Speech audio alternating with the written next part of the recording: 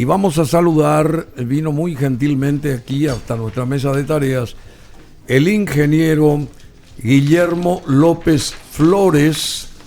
Él es ingeniero eléctrico, ¿es? Ingeniero eléctrico en sistemas de potencia y energía. Porque cuando uno dice ingeniero eléctrico parece ser que la persona es eléctrica. O sea, suena a eso, ¿verdad? Ingeniero eléctrico, ¿verdad? El título es Electrical Power System Engineering. Bueno, justamente, y el ingeniero Guillermo López Flores es además asesor técnico del equipo negociador para la revisión del anexo C del Tratado de Itaipú. O sea, ¿qué quiere decir? Que es la máxima autoridad técnica del conglomerado de personas que va a tener que negociar lo que Paraguay, digamos, pretende en el abril del año que viene con el Brasil respecto a este anexo C. No sé si en el anexo C solamente, porque está el B y está el A, no sé a quién le corresponde ese tipo de estudios de anexos o de representación, porque las famosas esclusas todavía están ahí pendientes y nadie toma una postura, digamos, más fehaciente o positiva para aclararnos de que si se van a hacer o no se van a hacer. Si está en el tratado hasta 49 años, quiere decir que se tienen que hacer las famosas esclusas alguna vez, que nos van a beneficiar a nosotros más que al Brasil, porque el Brasil tiene mar, tiene salidas, tiene un montón de cosas, y nosotros necesitamos enviar nuestros productos a través de los ríos, o sea, del Paraná sobre todo, y en conexión con el Paraguay y con el Río de la Plata después. ¿Cómo le va, ingeniero Guillermo López Flores? Superada la pandemia. Está Gracias muy a Dios. bien usted, pero usted me dice que tiene 72 años, pero no aparenta 72 años ni... Por favor, ni por no digas en favor. público, ¿qué van a decir mis 10 fans? años menos, pero fácil tiene usted. 62, usted es un sesentón. Está muy bien conservado. Soy uno de los últimos dinosaurios que tuvieron la oportunidad de, no de participar, pero por lo menos ver el estudio de factibilidad de la central hidroeléctrica Itaipú. Sí. Y que conoce algunas informaciones que no son públicas, a veces ni están escritas. O sea, de primera mano, ¿verdad? De primera mano. 25 tomos tenía el estudio de factibilidad. ¿Y dónde está ese estudio? Lo debe tener el consorcio que dirigió el proyecto, que craneó Itaipú y que hizo el estudio de factibilidad. Es el consorcio ítalo-norteamericano International Engineering Company de San Francisco, sí. California, Sí. y Electroconsul de Milán. Se unieron, hicieron el estudio de factibilidad e hicieron el diseño básico, y con ese diseño básico todavía casi hace 50 preliminar, años de esto, más o menos. Escucha esto. Sí. Con ese diseño preliminar, Sí. el 27 de abril se firma el tratado y se da una cifra indicativa que iba a costar $2.000 millones. ¿Y después costó cuánto? Espera, ese 2.000 millones, a la gente que maneja la posverdad, a la gente que no le interesa la verdad, se manejó. Ahora parece que ya se abandonó un poco. A lo largo de toda 30, 40 años de sistemática, crítica y ataque, 2.000 millones.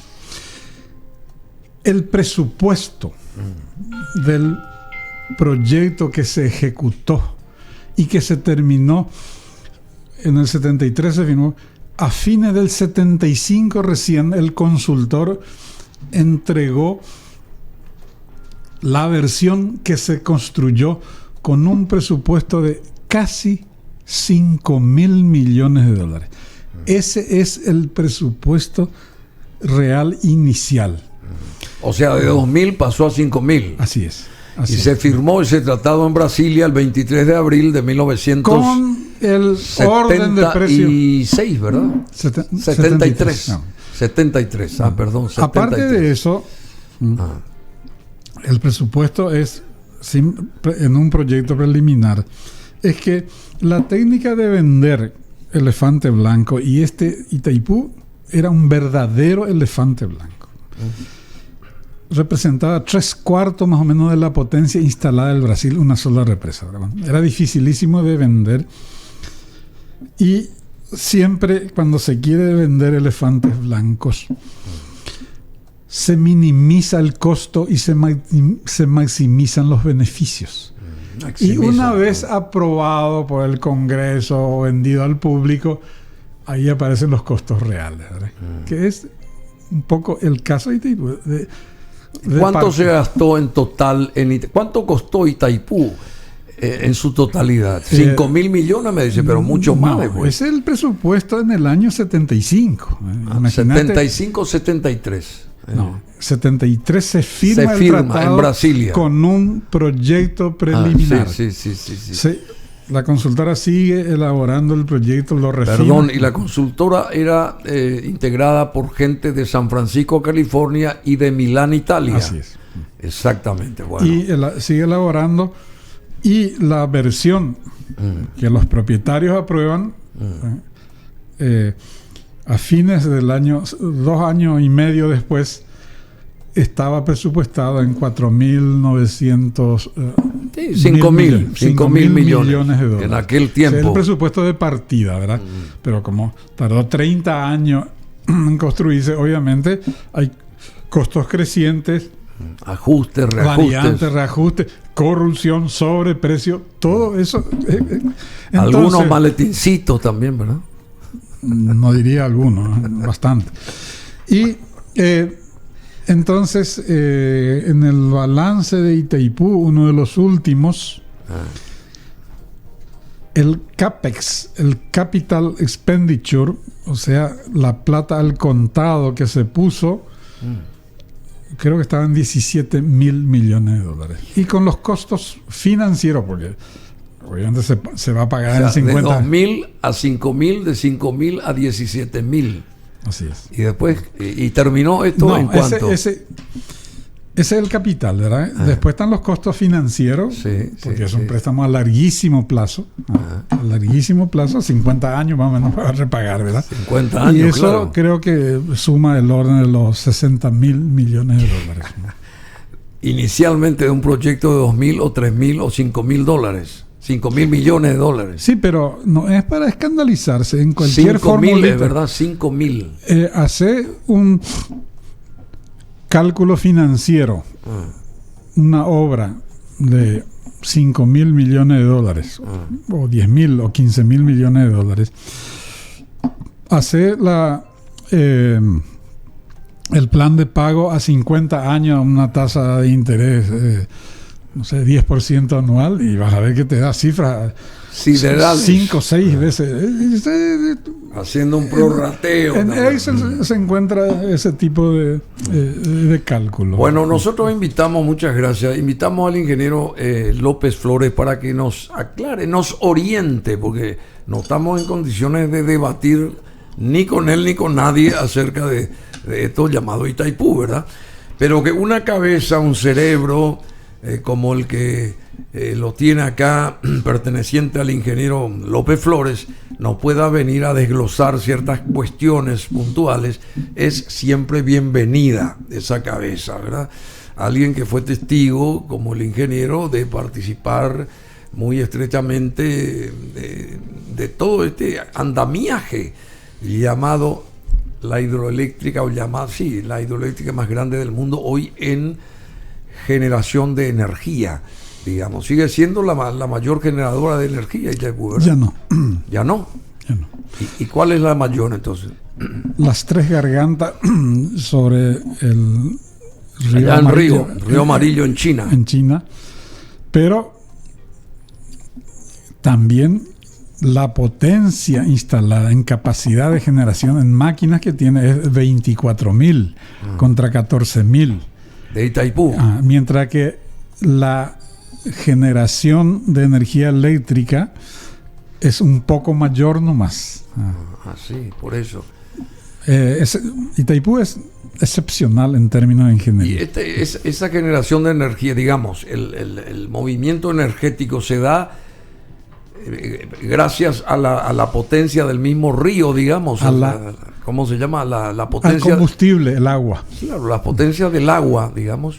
Podés tener o sea que el Paraná potencia. Es mucho más importante a nivel de, ¿cómo se llama? Del correr de sus aguas que el río Amarillo ya en China. Su afluencia es bastante mayor. Bastante mayor. Bueno, ¿y cómo estamos hoy nosotros de cara, mirando lo que va a venir supuestamente en abril del 2023? ¿Dónde estamos los paraguayos parados? Eso es lo que queremos saber, ingeniero, en síntesis. Una pregunta bastante frecuente que recibo es: ¿cuál lo que es la propuesta, el planteo de Paraguay? Eso. Y bien, las grandes decisiones en la vida de las naciones no son de índole técnica, sino son de índole política. Entonces, los técnicos lo que hacemos es el análisis, elaboramos propuestas, sugerencias que no son vinculantes, sino son elementos para que el policy maker, el que hace las políticas, utilice todo o parte o nada. O sea, adecuan lo técnico a el plano político. No, que tomen las decisiones y más o que menos son así. Políticas, pero en base a razones técnicas, para que tenga... Por eso. O sea, lo que ustedes manejan, que es la tecnología, el sistema de cómo funciona todo eso, se basaría, o sea, pasa por un tamiz para que los políticos puedan explicar esa historia. ¿Es Nosotros analizamos y evaluamos con la racionalidad cartesiana, lógica, lo más puro posible. Eso es lo que necesitamos. Sabemos que en la vida de las naciones las grandes decisiones no son técnicas, son siempre... Están los intereses políticos. Están los intereses políticos. Claro, y a eso voy. Bueno, entonces, ustedes le facilitan y los políticos son los que, digamos, manejan Solo que las mejores políticas públicas que tienen más chance de éxito, de dar resultados, de ser beneficiosas, son aquellas que están basadas en alto porcentaje en la racionalidad técnica. Nosotros tenemos un montón de políticas públicas, de leyes que no sirven ni para tranca de puerta, porque no responde a este tipo, no tiene este basamento de un análisis certero de la realidad. Y la realidad no es solamente matemático o físico, es psicológico, es la gente, es el clima, es la circunstancia, el momento, el país. Bueno. Y esa parte es la que tiene que procesar el que formula la estrategia o el planteo negociador. Bueno, yo le quiero hacer unas consultas desde mi punto como neófito, digamos, esto, y a ver si nos aclara usted.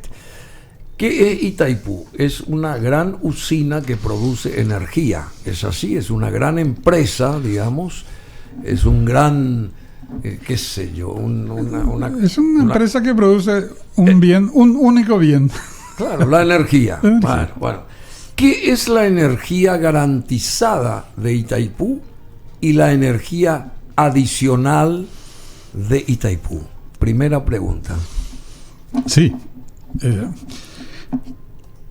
En el estudio de factibilidad que lleva a la sanción o no del proyecto, del resultado del estudio de factibilidad, los inversores, los propietarios dicen: qué bueno este proyecto, vamos a seguir adelante. O lo contrario, no, este no es conveniente. No es viable. No es viable. En el estudio de factibilidad se establece en las condiciones, en el contexto del año 73, y esto es muy importante. En esa firma del tratado. El contexto, aprovecho para mencionarte.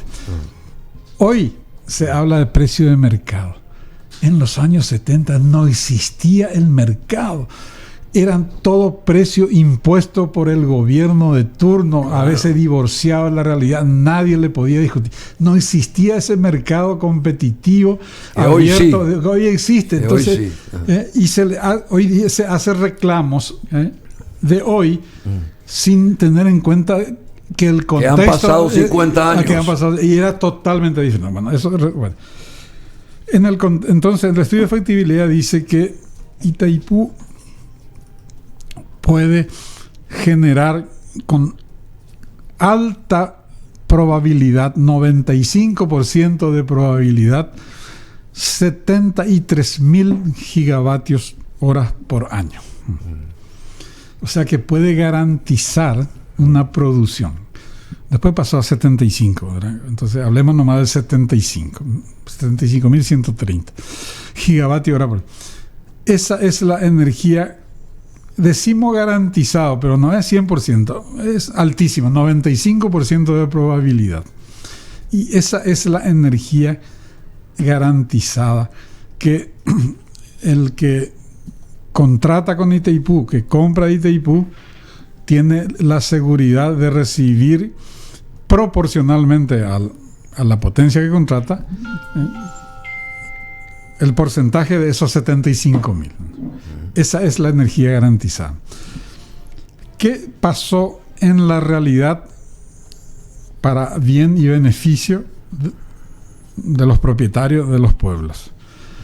Que esa excepcional cuenca del Paraná superior, el Bajo Paraná es en Argentina, el medio, Paraná medio es ahí más o menos desde Corrientes hasta Posada, Encarnación, ese Paraná medio, y el resto es Alto Paraná, ¿verdad? Hasta 1.000 kilómetros más o menos. En esa cuenca del Alto Paraná, de casi 2 millones de kilómetros cuadrados, llueve muy bien, pero no solamente llueve. El Brasil tiene unas 45 represas, de los cuales 25 son generadoras y el resto son reservorios de agua para regadío, para lo que sea. O sea, todo el Brasil. No, en la cuenca... Solamente esa cuenca del Paraná, digamos, el territorio hay brasileño. 45 represas. Sí. Y esos son reservorios, reservas de agua, que el Brasil tiene una de las técnicas, el know-how de manejo hídrico de lo mejor del mundo. Entonces, el estudio de factibilidad que se hizo se basó simplemente en el histórico hídrico, en la 50, 70 registros años atrás. El estudio de factibilidad. Pero en la realidad, cuando entra a funcionar Itaipú, ya había tantas represas y son los estanques que tenemos en el agua para cuando no hay en la red, bueno, tu tanque te abastece. Cuando no cae agua, bueno, del cielo, entonces lo otro se abre. Se usan los reservorios. Se utilizan los reservorios. Y ese elemento es lo que llevó a producción récord de 103.000 gigavatios hora en un momento. Y en el 70% de los años de generación desde el 85 a hoy, siempre estuvo Itaipú produciendo por encima del 75.000 garantizado. Y ese por encima de los 75.000 es el adicional a la energía garantizada. Que llegó en un momento a 103.000.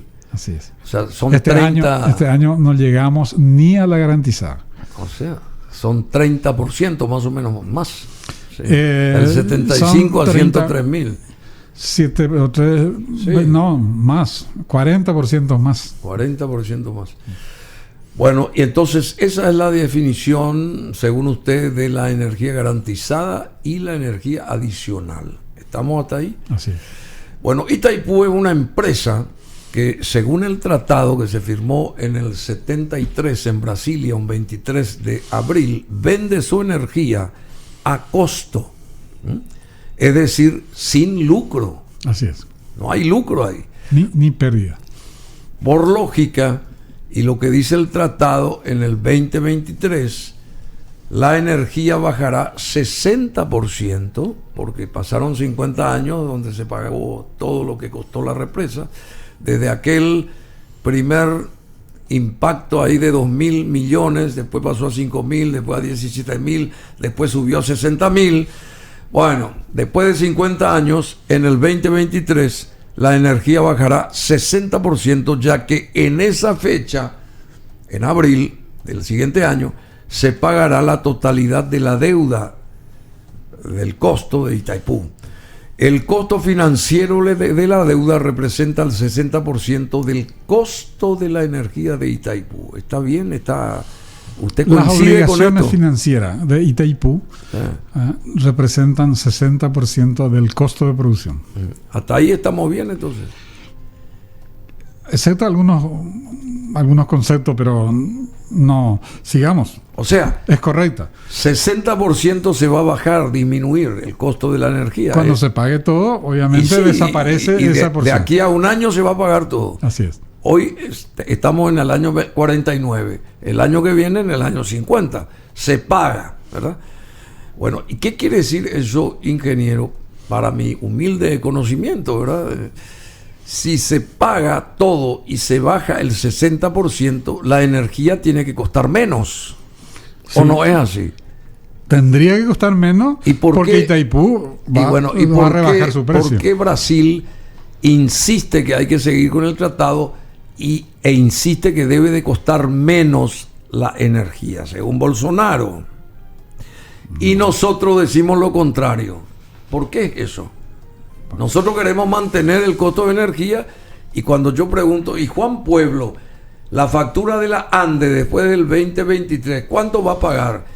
Igual, menos, no, va a pagar más, me dicen. Así que realmente uno no sabe dónde está pisando. Discúlpenme, quiero que nos aclare entonces eso.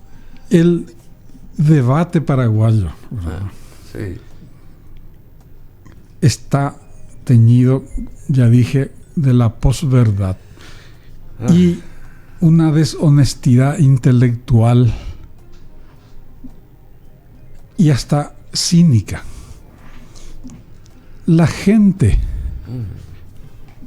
que por décadas, los ríos de tinta que corrieron reclamando, pidiendo que se cumpla rigurosamente el texto del tratado y en particular el anexo C que fija la tarifa, esa misma gente, décadas, hicieron clamando. Ahora, mágicamente en un volantín dice: incumplamos el tratado y que no baje la tarifa. El tratado es clarísimo. La tarifa depende del grado de deuda que hay que amortizar. Entonces, el día que baje esa amortización, como ya fue este año, y cuando desaparezca el otro año, el tratado, ese que lloramos para que se cumpla, debe ser automáticamente cumplido. Tiene que bajar, no hay que discutir, no es Bolsonaro, no es el texto del tratado. Y eso es lo que le estoy diciendo. Un momento. Pero entender la contradicción que en un momento Brasil sostiene que se debe cumplir el tratado, claro. Y en el tratado dice que la energía, el costo de la energía va a bajar porque disminuye un 60% así el costo de todo lo que se pagó en 50 años por Itaipu. Y acá nuestras autoridades, y supuestamente usted representa a las mismas técnicamente, dicen que se debe sostener el costo de la energía. Eso es lo que no entiendo, ingeniero. Aquí voy a explicar eso. No justificar. Este es otro problema que tenemos los técnicos, ¿verdad?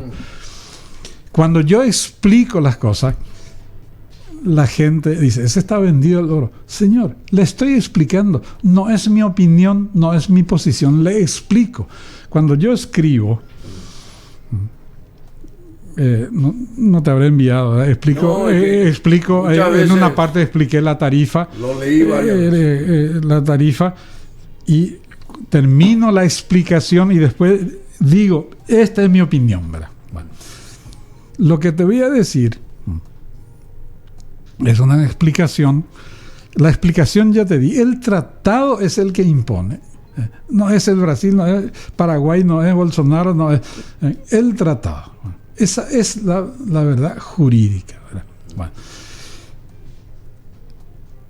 Paraguay plantea mantener, claro, a pesar de que en los pasados 30, 40 años decíamos que se cumpla el anexo, o sea, ahora dice vamos a incumplir.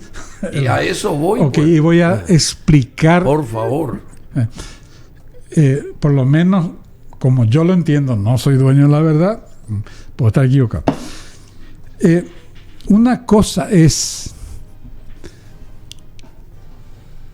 el texto riguroso del tratado, que coincidimos que se debe cumplir. Un país que no cumple el tratado, tipo Rusia, ahí está en un paria mundial, ¿verdad?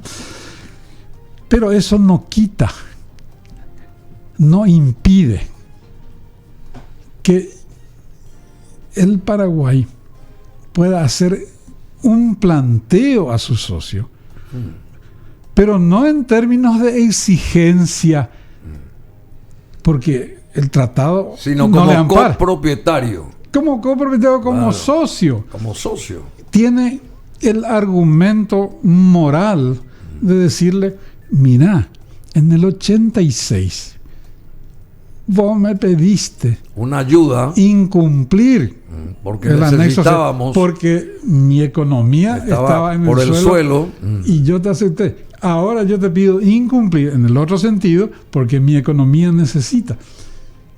Perfecto. Eso es legítimo. Es legítimo. No, tiene fuerza legal. Eso es lo que en la discusión cachafá que tenemos no se hacen estos distingos. Tengo todo el derecho, somos socios, de plantearte, ¿verdad? Pero no te puedo exigir, no te puedo vilipendiar porque no aceptas mi... bueno, y esa entiendo perfectamente. Hay otros argumentos también muy buenos. La ruta interoceánica, 500 kilómetros, Paraguay tiene que palmar, ¿verdad? ¿Quién es el principal beneficiado? Mato Grosso do Sul, que Brasil. Va a salir al Pacífico. Bueno, 300, 500 mil brasiguayos que viven aquí, cuyo bienestar depende de la economía paraguaya. Entonces, son argumentos morales que en las negociaciones, que no se resuelve solamente por la lógica técnica y jurídica. Es un tratado hecho hace 50 años. Y que está en su punto de revisión. Y bueno, justamente. Quiere decir que se puede revisar el tratado. No dejar que continúe tal cual. Espera.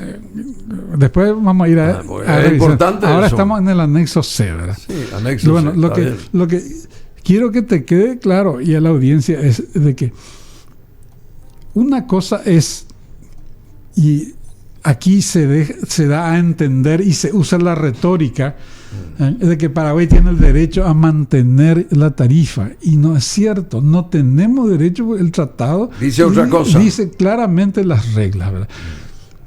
Dicho esto, no está mal, no es ilegítimo plantear algo diferente, pero a referéndum o pidiendo, solicitando el consenso, el acuerdo de la otra parte. El propietario del otro 50%. El propietario del otro 50% que está amparado por el texto del tratado, pero que lo puede cambiar, puede aceptar perfectamente.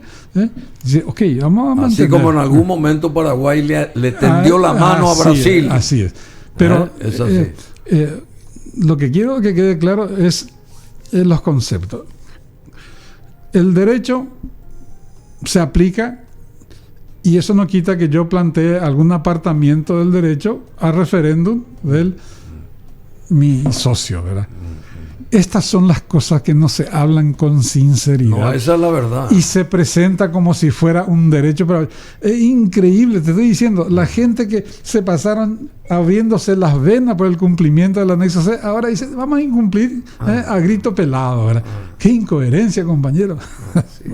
Bueno, está bien. Yo lo entiendo, pero y esa es la falta de comunicación que hay. La falta de una comunicación certera, transparente y llana.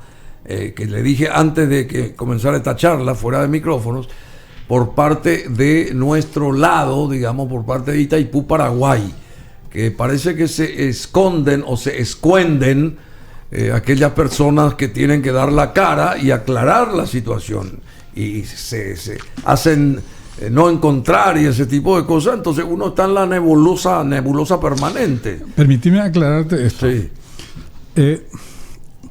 Uno de los resultados de presentar esta propuesta, este planteo, este pedido, ¿verdad? Así, digamos, casi como un tono de fuerza o imposición, es el planteo extraoficial que surgió en el lado brasileño. Entonces vamos a dejar de aplicar el acuerdo operativo del año 2007 que da preferencia al Paraguay de toda la energía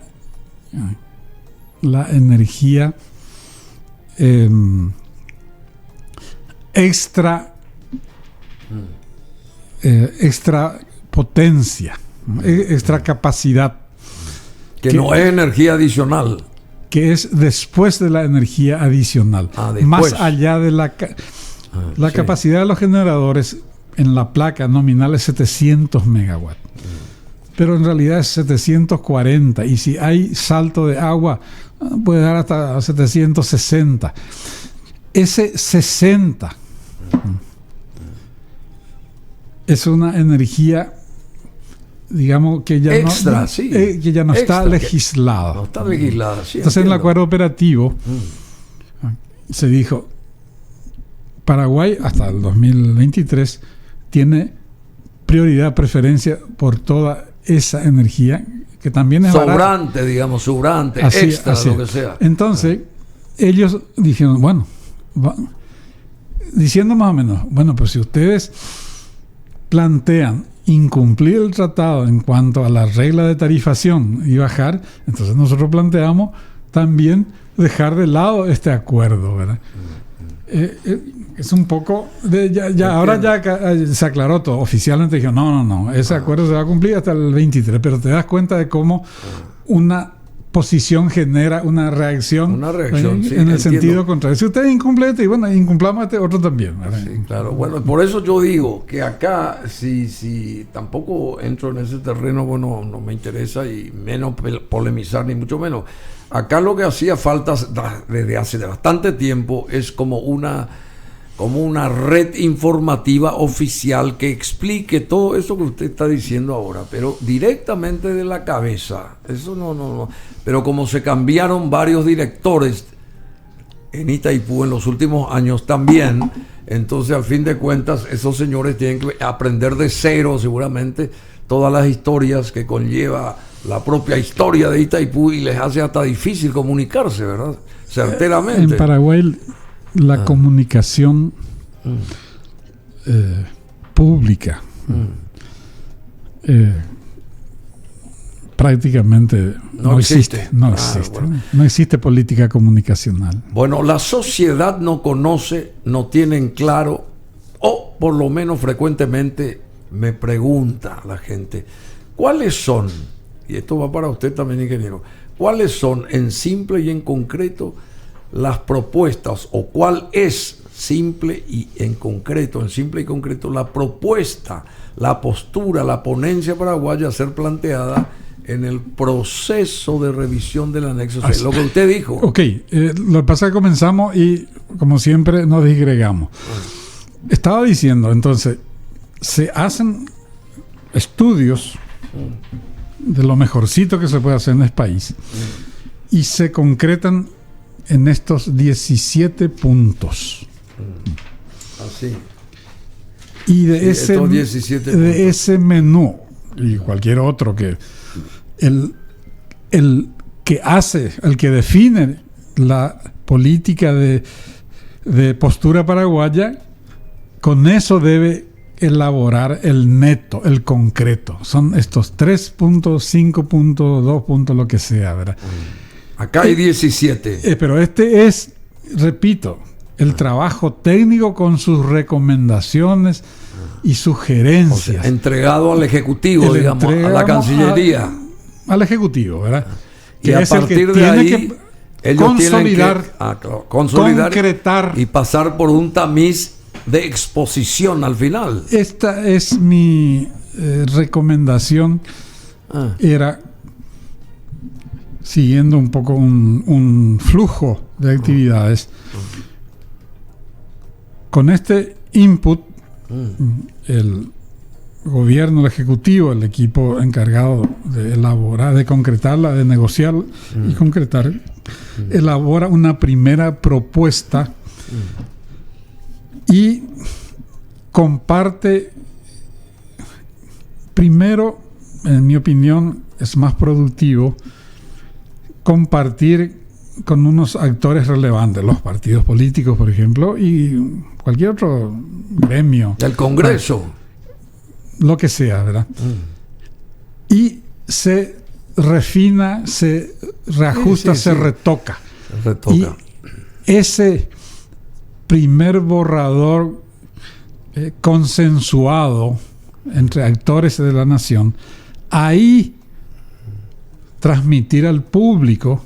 Claro, oficialmente esto es lo que se debe de hacer. El gobierno o los gobernantes, no solamente oficial del gobierno, sino de la sociedad paraguaya, los líderes de la sociedad paraguaya, concretaron. Ahora actores le ponemos al público en general. Pero por supuesto, si el público es el que tiene que saber. Ese es, ¿me da autorización para leer estos puntos? Sí, no. Porque es importante esto. No, esta noche tengo una conferencia donde tengo que explicar cada uno de esos puntos. Bueno, acá no vamos a tener tiempo de explicar solamente los títulos de 17 ítems que hacen a esta elaboración técnica que acá propone el ingeniero. No hay propuesta. Aclaro. No hay propuesta. Sí. No. Este es la síntesis, de todos los trabajos que elaboró un gran equipo técnico y le entregó al gobierno. Entiendo. Sí, pero no me atribuya eso. ¿Entre cuántos estuvieron haciendo esto? ¿40, 50, 30, 25? 7 equipos, 30, 40 gente del Banco Central, de Hacienda, de Itaipú. Todo eso nos dijo varias veces acá Ricardo Rodríguez Silvero. Mencionó el famoso equipo que estaba elaborando esto.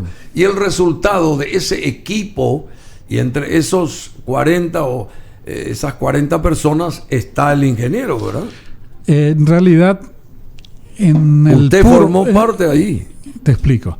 En el puro proceso de elaboración de trabajo y estudio, en este lugar estaba el ingeniero Richard. Sí. Héctor Richard. Sí. Cuando esto ya se entrega a la Cancillería para el siguiente paso de elaboración ya de la propuesta. Ahí esto yo lo llamo propuesta a nivel técnico. Sí, entiendo. Y después el gobierno tiene que elaborar la propuesta a nivel político. Oficial, digamos. Oficial. Por lo menos la primera versión oficial. Que es la que debería. Usted le sustituye al ingeniero Richard. Así es. Para esta otra etapa. En base a los estudios y análisis técnicos, se sugiere al equipo negociador los siguientes objetivos para las próximas negociaciones relativas a la revisión del anexo C, pero teniendo en cuenta que podría también plantearse diversos otros temas, como la renegociación del tratado, artículo 13, dice, y la negociación de otros asuntos relacionados con el mismo tratado. Te aclaro porque ya tocaste antes. Lo que taxativamente está en el Tratado de Itaipú es que el anexo C se debe revisar a los 50 años de haber intercambiado las notas de aprobación. Bueno, estamos en el año 49. Sí, en agosto del 23 se cumple los 50 años. Ahí es que ratificaron los congresos. ¿Por qué anuncian lo de abril del 2023? Porque relacionan con la firma del tratado. Con la firma del tratado que fue el 23 de abril. El tratado tiene que ser aprobado por la legislatura y intercambiar. 73. Bueno, muy bien. Pero en agosto realmente es. Sí, se cumple los 23. Pero ese es el anexo C. El tratado en sí, el cuerpo del tratado, no tiene fecha de vencimiento. Es eterno. Pero también en cualquier momento puede ser revisado, como lo fue en la práctica. Hubo pequeños retoques al tratado, ¿verdad? Pero eso no está escrito ni legislado, depende de la voluntad de las partes. Por eso es que se dice que en esta ocasión también se podía plantear retocar, por ejemplo, el crucial y estratégico artículo 13, ¿verdad? Bueno, muy bien, aclaró esto que es fundamental. O sea, pasaron 50 años de la deuda de Itaipú, ¿verdad? Sí. La deuda comenzó un poco después, pero en fin, no hace diferencia. O sea, pasaron 50 años, en estos 50 años se pagó todo lo que se va a pagar todo. Se va a pagar o se pagó, ya vamos a sintetizar. Prácticamente. Se pagó todo lo que costó Itaipú. Estamos hasta ahí. Sí, correcto. Pero eso no quiere decir que se toque el tratado. El tratado sigue por secula seculorum. Si las partes sugieren que hay que hacer ciertos ajustes o reajustes, se pueden practicar esos ajustes. Se puede plantear, es libre las partes. Si ambas partes se ponen de acuerdo. Tiene que acordar. Bueno, genial. Hasta ahí estoy entendiendo todo. Y vamos a dar lectura a estos 17 puntos que propuso o propone al Ejecutivo el grupo técnico y de gente que se reunió y pensó y qué sé yo cómo hacer. Analizó, exactamente, que fueron más de 40 personas más o menos. Punto 1 dice: determinación de la modalidad de tarifación o de la tarifa de Itaipú. Determinar la modalidad de la tarifa de Itaipú. Punto 1. Punto 2. Actualización del valor de los royalties, que es otra cosa ya, ¿verdad? Sí, esa es la regalía que recibimos, de $300 millones al año cada país, ¿verdad? O sea, que Paraguay. Es en función a la energía producida y vendida. Punto 3, actualización del valor del resarcimiento de cargas de administración y supervisión ANDE y Electrobras. Eso es lo que recibe. También en función de la energía producida y vendida, recibe las empresas, no el Estado. La regalía, el royalty, que su palabra castellana es regalía, ¿verdad? Eso lo reciben los estados, ¿no? Los gobiernos. Esta compensación por carga administrativa se supone que ANDE y Electrobras, como representantes de cada país, de cada estado, coadministran o supervisan el andamiento de Itaipú. Entonces es una carga administrativa y por eso recibe un monto bastante menor, ¿verdad?, que la regalía. Bueno, punto 4, modificación del plazo del cronograma de contratación, dice. Bueno, suelo recordar de tanto en tanto esta anécdota. En Inglaterra, un profesor me dice: una de las principales diferencias entre su país y el mío es que en mi país las leyes son laxas, son laxas. amplias, laxas, bueno, pero de aplicación rigurosa. Y en su país las leyes son muy rigurosas. Y pero de aplicación laxa. Selectiva, de aplicación laxa. Este punto, muy bien. este punto es exactamente eso. Refleja eso. El tratado dice que cada uno de los compradores, Ander y Trobras, tienen que presentar un plan de 20 años.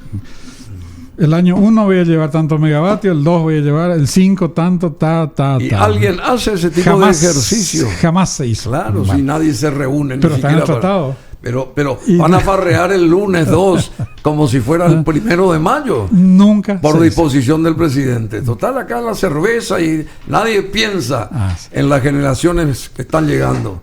Bueno, muy bien. Punto 5, concepción de nuevas inversiones en el anexo C. ¿Qué tipo de nuevas inversiones? Bueno, este es un punto relevante, porque si hubieran habido programado o sancionado, por decir algo, la ampliación a 2 turbinas más, que es un proyecto que se tiene, ¿verdad? Entonces la tarifa no tenía que bajar porque había cuenta que pagar. No es deuda.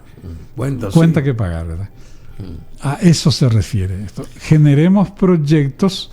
Concepto de nuevas inversiones en el anexo C. Así es. Bueno, punto 6, incorporación del concepto de fondos especiales en el anexo C. Resulta que el rubro obras sociales y ambientales no está en el tratado. Está amparado en una resolución. Primero fue una propuesta, y hasta se puede decir una jugada inteligente, cuando Lula cede el poder en el 2002, creo. Bueno, se introduce este rubro de inversiones sociales de Lugo, seguramente. Pero no existe tal rubro, que son los $1.000 millones año. No es eso. No. Son en total, creo que para este año es $180 millones y 90 para cada país.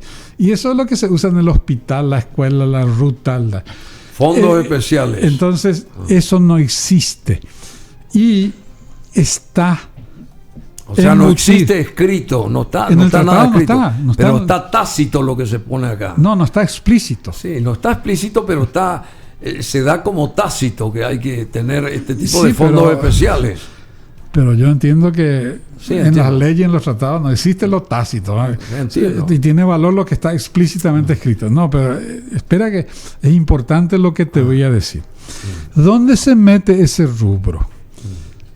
En gasto de explotación. ¿Gasto de explotación? Sí, que es sueldo, mantenimiento, renovación de equipo. Bueno, gasto de explotación. Pero ¿qué pasa? Extras para los muchachos. No. En el Brasil existe la entidad reguladora de energía eléctrica, una entidad independiente que revisa y que tiene un orden de valor cuánto lo que cuesta el gasto de explotación en una hidroeléctrica. Lo que acá necesitamos ande con una ley eléctrica, que eso es lo que hace falta, que no existe tampoco. Y cuando uno mira el gasto de explotación de Itaipú, es extraordinariamente alto. No es real, porque ellos tienen casi 200 otras hidroeléctricas, por supuesto, pocos como Itaipú, pero... Y ellos dicen, por cada megavatio, $2, más o menos lo que... Todo está regulado, digamos. Todo, por lo menos, controlado. Hay un orden de valor. Y el Itaipú, porque está inflado por este tipo de gasto que no son explícitos en el tratado, se infla.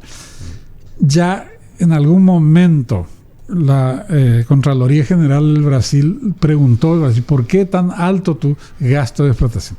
Entonces, para eso habría que crear un nuevo rubro que es gasto social ambiental. Bueno. A eso se trata. Está terminando nuestro tiempo, tenemos una conexión, pero es muy importante lo que está diciendo acá el ingeniero Guillermo López Flores, a quien invitamos para una siguiente etapa, porque es importantísima esta aclaración suya, porque realmente nos saca el velo, porque hay mucha gente que no entiende ni atrás ni adelante de lo que está pasando. Y que sepa que hay un trabajo y hay propuestas. Lo que falta es comunicación. El neto que a lo mejor el gobierno lo tiene elaborado y dice, pero no puedo contar mi estrategia neto. Esto está público, está en la página web este trabajo. Vos podés bajar, cualquiera puede bajar. ¿Verdad? Claro que no da para entender a la gente que no está en el tema, ¿verdad? Imbuida acá. Bueno, vamos rápido con los títulos nomás. Nos quedamos en el punto 6. Incorporación del concepto fondos especiales en el anexo C. Punto 7. Plantear la libre disponibilidad de la energía para que el Paraguay tenga derecho en Itaipú. Dice, plantear libre disponibilidad de la energía que el Paraguay tiene derecho en Itaipú. Así. Apertura del mercado eléctrico del Brasil. Estos son puntos muy importantes. Número 8. Número 9. Convenio de cooperación técnica, intercambios y comercialización de energía eléctrica con el Brasil. 9 es ese punto. 10. Modificación del Estatuto de Itaipú. Anexo A. Modificación. Sí, el anexo A es el que organiza la entidad binacional Itaipú. Y acá dice modificar, dice. Y ahí está. Nos regimos con la organización pergeñada elaborada en el 86.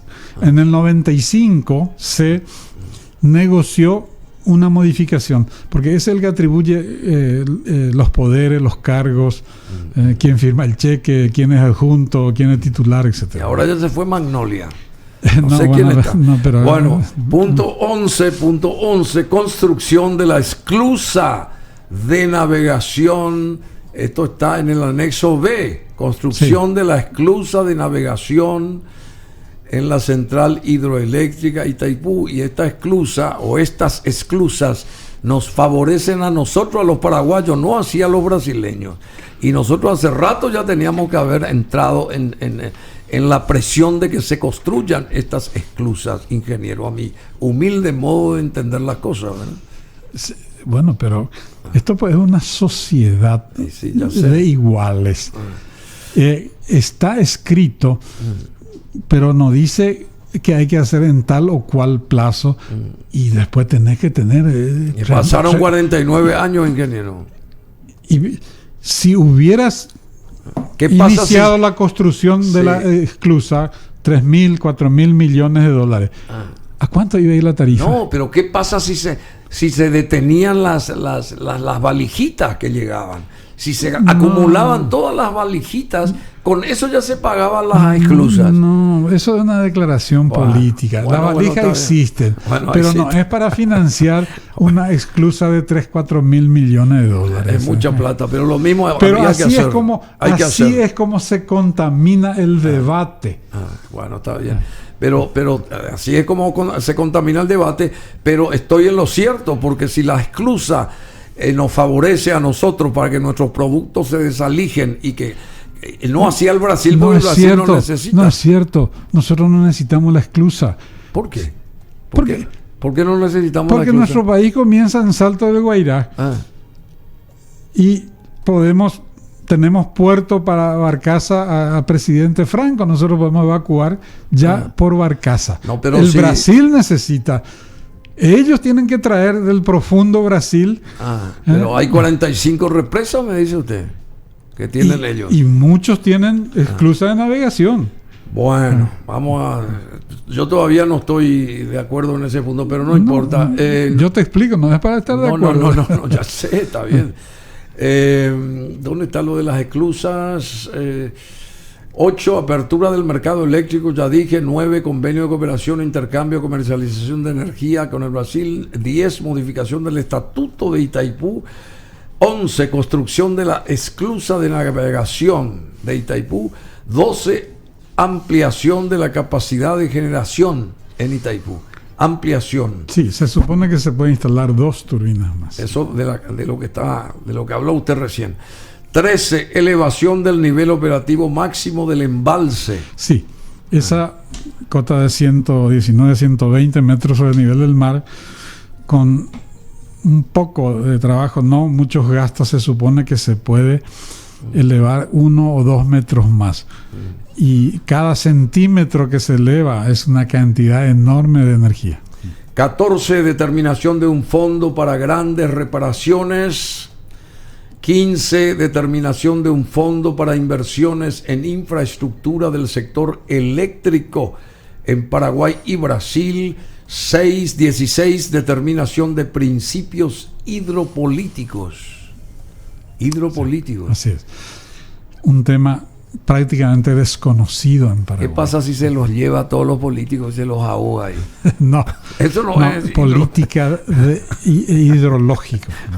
Determinación de principios hidropolíticos, dice acá. Así es. Y número 17, flexibilización del acuerdo tripartito Paraguay, Brasil, Argentina. Ahí sí entra Yacyretá también. No, este es un acuerdo del 78, creo que, por el cual Argentina, que se oponía a Itaipú porque dice me van a afectar Corpus y Yacyretá. Entonces se hace un acuerdo tripartito en los 3 países y se fija la cota de descarga de Itaipú, o sea, ahí al pie de la presa, y la cota en que operaría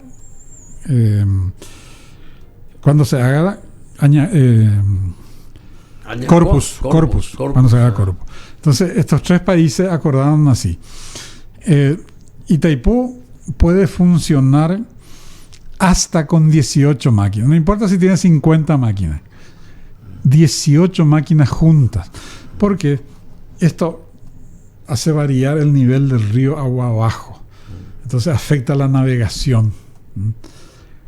Por lo tanto, es el acuerdo tripartito. Si nosotros ya pusimos 20, pero nunca en la práctica sí operan más de 18, pero el tratado dice hasta 18.